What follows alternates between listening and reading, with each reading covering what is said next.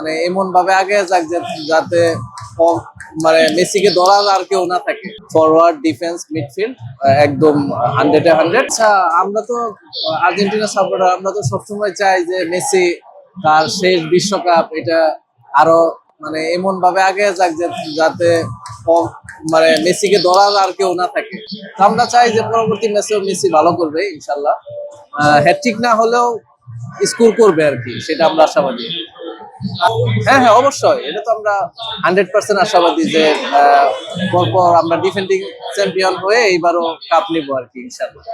নিয়ে আসলে আমাদের ব্যালেন্স একটা টিম, মানে খুবই ব্যালেন্স। মিডফিল্ডার নিয়ে একটু সমস্যা ছিল, আমরা শুনছিলাম যে মিডফিল্ডাররা 2022-এর যে বিশ্বকাপ ছিল সেইখানে যেই পারফরমেন্স করছে তার সাথে একটু স্লো হবে, কিন্তু আমরা প্রথম ম্যাচেই দেখছি যে মিডফিল্ড নিয়ে আমাদের কোনো প্রবলেম নাই।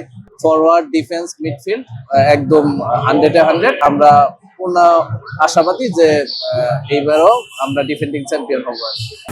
আমাদের উঠে দাঁড়াতে হবে।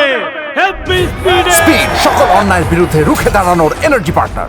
মাই পয়েন্ট অফ ভিউ, আমি আলভারেজকে দেখতে চাই, কারণ তার সাথে মেসির একটা ভালো আন্ডারস্ট্যান্ডিং আছে। সুতরাং নেক্সট ম্যাচে মেবি আলভারেজই স্টার্ট করবে। ব্রাজিলের দর্শকদের নিয়ে আমি যেটা বলবো সেটা হলো, এমনিতে সেকেন্ড ম্যাচে ওরা কামব্যাক করছে, তো আমরা চাই যে ওরাও আসুক।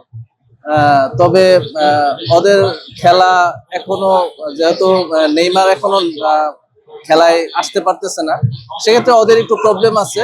তবে আমি আসলেও ব্রাজিলকেও বলবো ওরাও যাতে কত দূর আসতে পারে দেখা যাক, ঠিক আছে। তবে আর্জেন্টিনার চাইতে ওরা একটু পিছানো আর কি, ঠিক আছে।